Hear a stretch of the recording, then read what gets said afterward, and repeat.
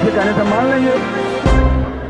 थाने में कोतवाल महोदय भी और थानेदार बिना किसी कारण, बिना किसी प्रूफ के, बिना किसी वजह के उसको थाने के अंदर बैठाले हैं। वो गुंडाई नहीं कर रहे थे। उस व्यापारी के साथ जब जाकर के व्यापारी खड़ा हो गया तो थानेदार महोदय कहना शुरू कर दिए कि तो गुंडाई कर रहे हैं। तो कोतवाल महोदय उसी लपेटे में 4 ज्वेलरी वाले को पकड़ लेते हैं। तो व्यापार मंडल संयुक्त व्यापार मंडल और उनको सही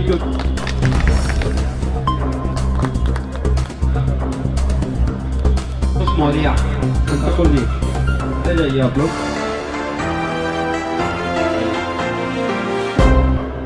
आप इधर जी।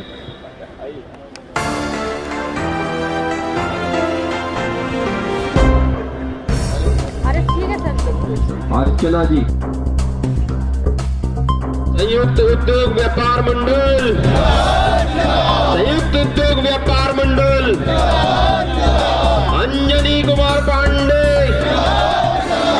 अंजनी कुमार पांडे, आवाज दो, आवाज दो।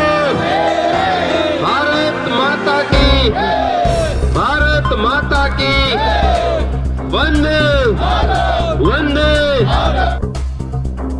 नमस्कार, मैं अर्चना और आप देख रहे हैं हंगामा टाइम्स। हंगामा टाइम्स जिस तरह से आपको दिखाता है कि उत्तर प्रदेश के राजधानी लखनऊ में क्या खास हो रहा है, वहीं पे संयुक्त उद्योग व्यापार मंडल जुड़ी हुई खबरें भी दिखाता रहता है। जिस तरह से संयुक्त उद्योग व्यापार मंडल की इकाइयों का विस्तारीकरण होता है, उसी कड़ी में हम आपको लेकर के आए ट्रांसपोर्ट नगर में लेकर के आए हैं, जहाँ पर संयुक्त उद्योग व्यापार मंडल इकाई ट्रांसपोर्ट नगर का आज विस्तारीकरण हुआ है। हमारे साथ में राष्ट्रीय अध्यक्ष अंजनी कुमार पांडे जी हैं, तो उनसे हम बात करेंगे आज के कार्यक्रम को लेकर के। सर, आपका बहुत बहुत स्वागत है।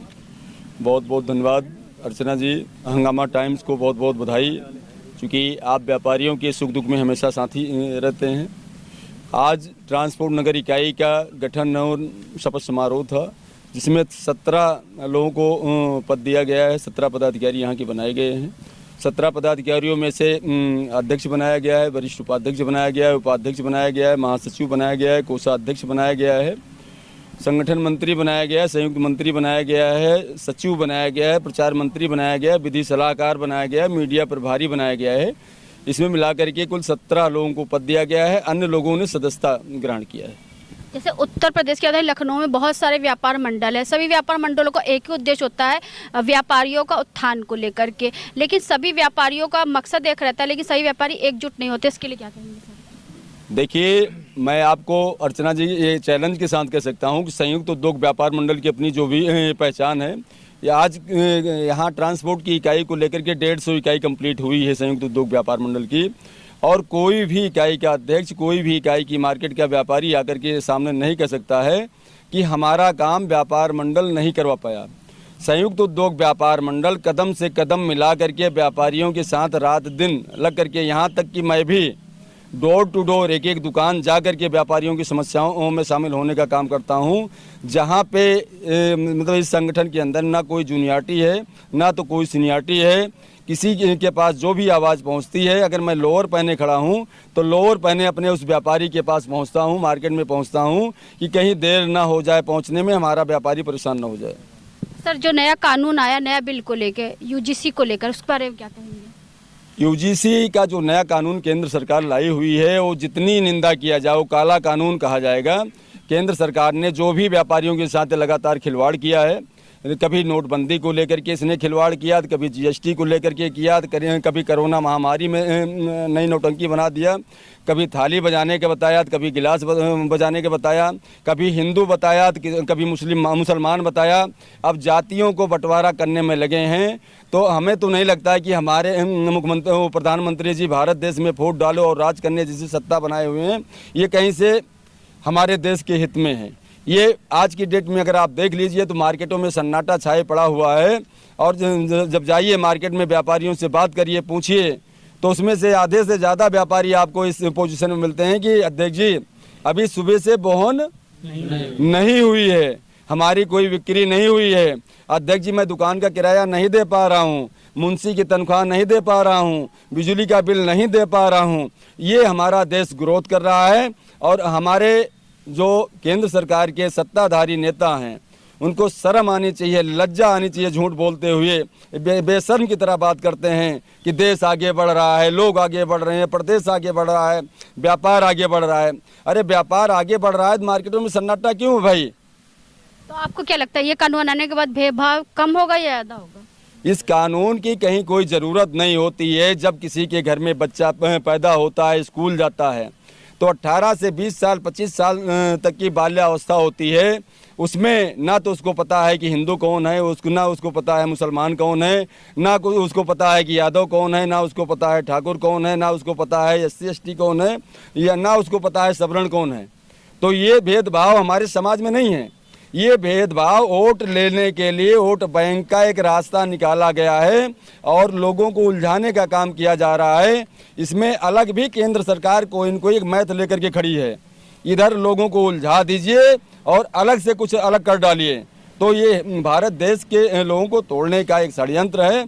ऐसी पार्टी का मैं व्यक्तिगत रूप से, हमारा कोई व्यापारी साथी करे न करे, लेकिन मैं संयुक्त उद्योग व्यापार मंडल से कहना चाहता हूँ कि ऐसी घिनौनी राजनीति के लिए केंद्र सरकार का तिरस्कार करता है। ऐसी सरकार हमारे देश में नहीं होना चाहिए। आपको क्या लगता है लगातार एक के बाद एक समस्या देशवासियों के लिए खड़ी कर रही है? तो आपको क्या लगता है इस कानून से व्यापार और व्यापारियों पर कितना असर पड़ेगा? अरे भाई, जो कॉलेज में बच्चे स्कूल जाते हैं वो व्यापारियों के बच्चे नहीं होते हैं, और किसके होते हैं? वो संतानें तो हमारी होती हैं ना। रात दिन मजदूरी मैं करके जिन बच्चों को पढ़ाने के लिए भेज रहा हूँ, वो बच्चे जाकर के वहाँ भेदभाव सीखेंगे। जो बच्चे सब एक थाली में खाते थे, बच्चों में कोई पता नहीं होता है कि कौन किस जात का है, कौन को किस धर्म का है। ये कहाँ से नई चीज़ जन्म दे दी गई? ये तो मैथ लगा करके सत्ता में अपने आप को बरकरार रखने के लिए, अपने आप को कायम रखने के लिए पब्लिक को, व्यापारियों को, जनता को, भारतवासियों को उलझाने का एक तरीका है। तो ट्रांसपोर्ट इकाई का जो गठन हुआ, सभी को क्या शुभकामनाएं देना चाहिए? मैं सभी नवनिर्वाचित पदाधिकारियों को बहुत बहुत हार्दिक शुभकामना देना चाहता हूं और ये कहना चाहता हूं कि वो डट करके अपने व्यापार पे काम करें, किसी भी राजनेता के चक्कर में ना पड़ें, कोई राजनीतिक पार्टी के चक्कर में ना पड़ें। अगर उनका व्यापार कमज़ोर हो जाएगा तो उनका कोई राजनीतिक पार्टी साथ वाथ नहीं देगी, और किसी के फूट डालने से अपने मार्केट का भाईचारा कहीं भी कम ना होने दें। आपको जो भी रोटी मिलती है वो सर्व समाज से मिलती है, कि ना तो किसी जात से मिलती है और ना तो किसी धर्म से मिलती है।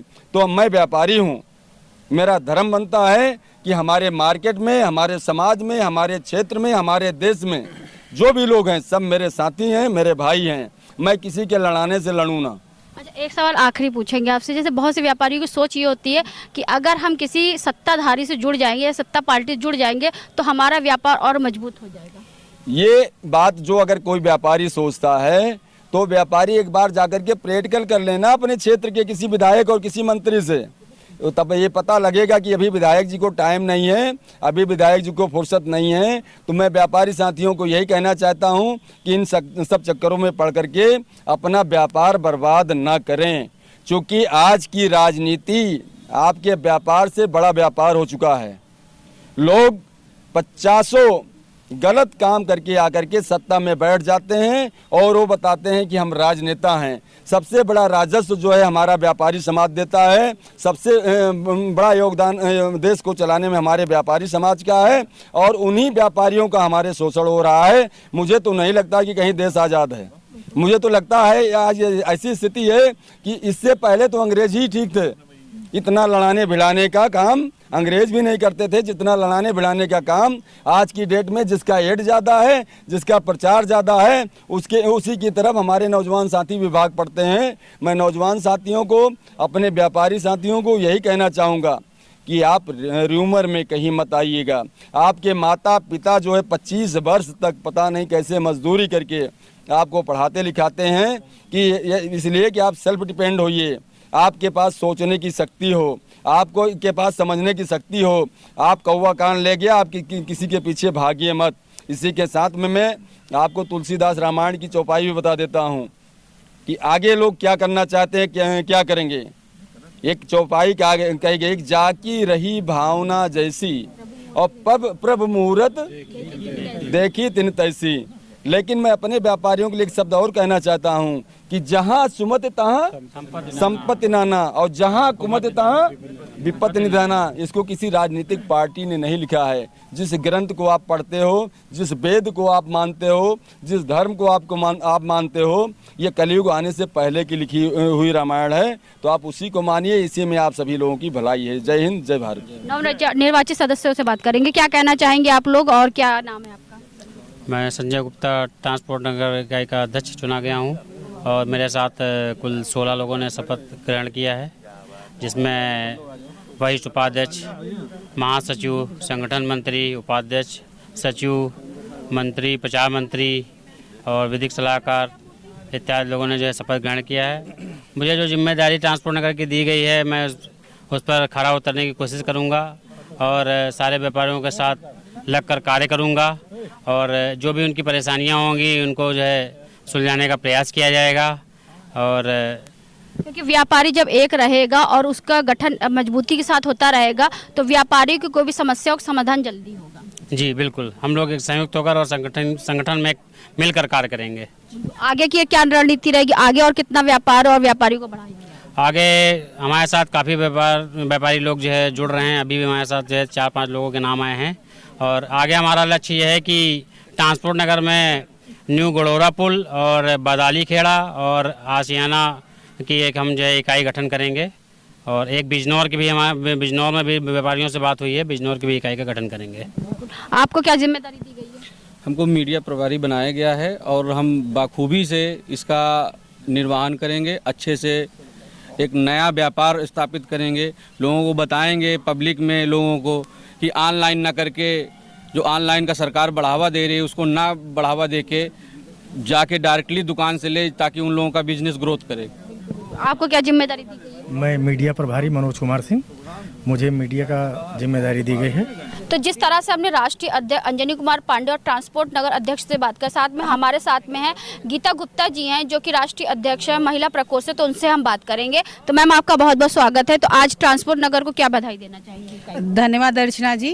मैं ट्रांसपोर्ट नगर अपने अध्यक्ष जो हमारे हैं संजय गुप्ता जी, उनको बहुत बहुत धन्यवाद, बहुत बहुत आभार कि उन्होंने हमारे संयुक्त उद्योग व्यापार मंडल में कुछ लोग और जोड़े, कुछ कड़ियाँ और जोड़ी और हमारे व्यापार मंडल को आगे बढ़ाने में, उसको बड़ा करने में अपना सहयोग दिया।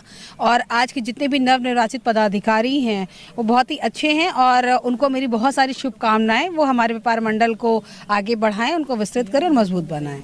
ऐसे ही व्यापारी एक होते रहेंगे, उनकी समस्या का समाधान जल्द से जल्द होता रहेगा। बिल्कुल है, मैं यही चाहती हूँ कि सारे व्यापारी एक हों और अगर जिसकी जो भी समस्या आ रही है वो एक दूसरे से बताएं, हम उसकी समस्या का समाधान करेंगे। हमसे नहीं हो पा रहा है, हम आगे तक उस समस्या को लेकर जाएंगे, जिस तरह से भी हो सकता है हम उसका समाधान जरूर करेंगे। यूसीजी बिल के लिए क्या कहना चाहेंगे, जिस तरीके यूजीसी बिल जो आया है? देखिए, यूजीसी बिल आया है उसका सभी लोग विरोध कर रहे हैं, क्योंकि इससे क्या होता है कि सरकार ने जैसे कि निरंकुश बना दिया, शक्तियां दे दी, तो जिससे वो निरंकुश हो सकते हैं, अगर कुछ भी गलत कर सकते हैं। इतना ज्यादा विरोध हुआ पूरे प्रदेश में, पूरे देश में उसका विरोध हुआ कि आज सरकार को अपना वो बिल वापस लेना पड़ा। आप अगर आज की न्यूज़ देखें तो वो बिल वापस लेना पड़ा उन्हें और सरकार लोगों की इच्छाओं के विरुद्ध जो कार्य कर रही थी उसके आगे सरकार को घुटने टेकने पड़े।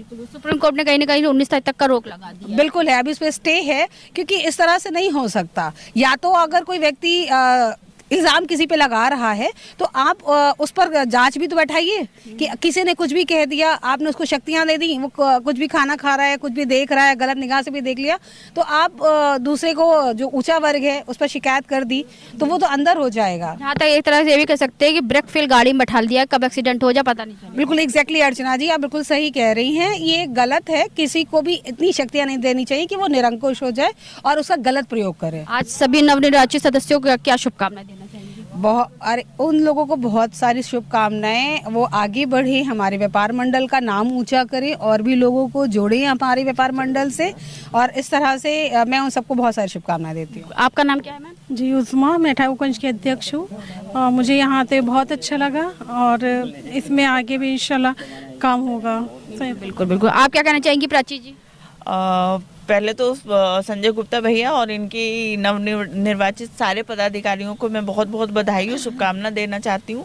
जैसे कि यूजीसी बिल के बारे में आप कह रही हैं, तो उसके लिए मेरा यही कहना है कि सरकार की ये नीति बहुत गलत है। जिस समाज में मैं रहती हूँ, जहाँ मेरी पढ़ाई लिखाई हुई है, जहाँ जो भी कुछ हुआ है, आज तक मैंने अपने आसपास कभी ये चीज़ न देखी न महसूस की। हम लोग का उठना बैठना बल्कि सभी वर्गों में रहा, खाना पीना साथ रहा, हम लोग स्कूल में थे, साथ में टिफ़िन करते थे। सरकार जो बिल लेके आई है, इसमें जिन बच्चों के दिमाग में सारी बातें आई नहीं, उनका दिमाग भी पॉल्यूटेड कर दिया। सरकार कह रही भेदभाव हटाने के लिए भेदभाव इससे हट नहीं रहा है, भेदभाव इससे बढ़ रहा है। जिन बच्चों के दिमाग में बातें थी नहीं, जिन बच्चों के दिमाग में सभी समाज के, सभी धर्मों के, सभी वर्गों के लोग जिनको दोस्त की नज़र से देखते थे, जिनको क्लासमेट कहा जाता था, जिनको बैचमेट बच्चे कहते थे, जिनके साथ कभी ना कभी किसी स्कूल के फंक्शन में या किसी और डिबेट में, कंपटीशन में बच्चे एक साथ होकर के भाग लेते थे, अब उन बच्चों के दिमाग में भी ये बात आ गई कि हम सवर्ण हैं या हम किस जाति के हैं। तो सरकार की नीति बहुत गलत है। जो बच्चे जो राष्ट्र का आधार कहे जाते हैं, उनके दिमाग में ये जाति पाति की बात सरकार डाल रही है, तो ये नीति बहुत गलत है, उसकी आलोचना होनी चाहिए। अगर सरकारी नीति लाती है तो उसके साथ उनको एक प्रावधान और जोड़ना चाहिए कि अगर कोई शिकायत गलत पाई जाती है तो उसके खिलाफ भी सख्त से सख्त कानून, अगर वो उसकी शिकायत सही पाई जाती है तो जितना दोषी के खिलाफ जो भी एक्शन लिया जाएगा, जो भी कार्रवाई होगी, उससे कड़ी कार्रवाई उस व्यक्ति के साथ होनी चाहिए जिसने गलत शिकायत की है। बिल्कुल। रुचि जी, क्या कहना चाहेंगी आज ट्रांसपोर्ट नगर के सभी निर्वाचित? सबको बहुत बहुत बधाई और संजय भैया को भी बधाई कि इन्होंने बहुत सारे कैंडिडेटों को जोड़ा और ये सबको मतलब जोड़ करके एक संगठन बनाएंगे और व्यापार मंडल को आगे बढ़ाएंगे। आपको कैसा लगा व्यापार मंडल में? बहुत अच्छा लगा। आगे मतलब मेरा इतना नाम नहीं था, जब से व्यापार मंडल में आ गए तब से लोग जानने लगे और अपनी प्रॉब्लम्स भी लेके आने लगे हैं, तो उनको सॉल्व करने में भी बहुत अच्छा लग रहा है। तो आज हम आपको लेकर के आए थे ट्रांसपोर्ट नगर में, लेकर के आए थे जहाँ संयुक्त उद्योग व्यापार मंडल की ट्रांसपोर्ट इकाई का जो है गठन किया गया, जहाँ पे सैकड़ों के तादाद में लोग मौजूद रहे। 15 से 20 सदस्यों ने शपथ ग्रहण किया। साथ में हमने यहाँ के ट्रांसपोर्ट नगर के अध्यक्ष जी से ही बात करा, साथ में संयुक्त उद्योग व्यापार मंडल के राष्ट्रीय अध्यक्ष अंजनी कुमार पांडे जी से बात करा, साथ में राष्ट्रीय प्रकोष्ठ महिला प्रकोष्ठ से राष्ट्रीय अध्यक्ष गीता गुप्ता जी से बात करा, जिन्होंने बताया जिस तरह संयुक्त उद्योग व्यापार मंडल हमेशा व्यापारियों की आवाज को उठाता रहता है और व्यापारियों के हित के लिए खड़ा रहता है, वैसे ही संयुक्त उद्योग व्यापार मंडल आगे से आगे बढ़कर के व्यापारियों के अधिकार की लड़ाई लड़ता रहेगा। तो आज हम आपको लेकर गए थे ट्रांसपोर्ट नगर में, लेकर के आए थे जहां पे संयुक्त उद्योग व्यापार मंडल के ट्रांसपोर्ट नगर की इकाई का गठन किया गया। तो इसी के साथ मैं अर्चना आपसे जानना चाहूंगी। धन्यवाद, बने रहिएगा हंगामा टाइम न्यूज चैनल के साथ। हंगामा टाइम्स की तमाम खबरों को देखने के लिए हंगामा टाइम्स को सब्सक्राइब कर लीजिए और बेल आइकन दबा लीजिए। अगर आपको ये वीडियो अच्छा लगा हो तो लाइक बटन प्रेस कर अपनी प्रतिक्रिया हमारे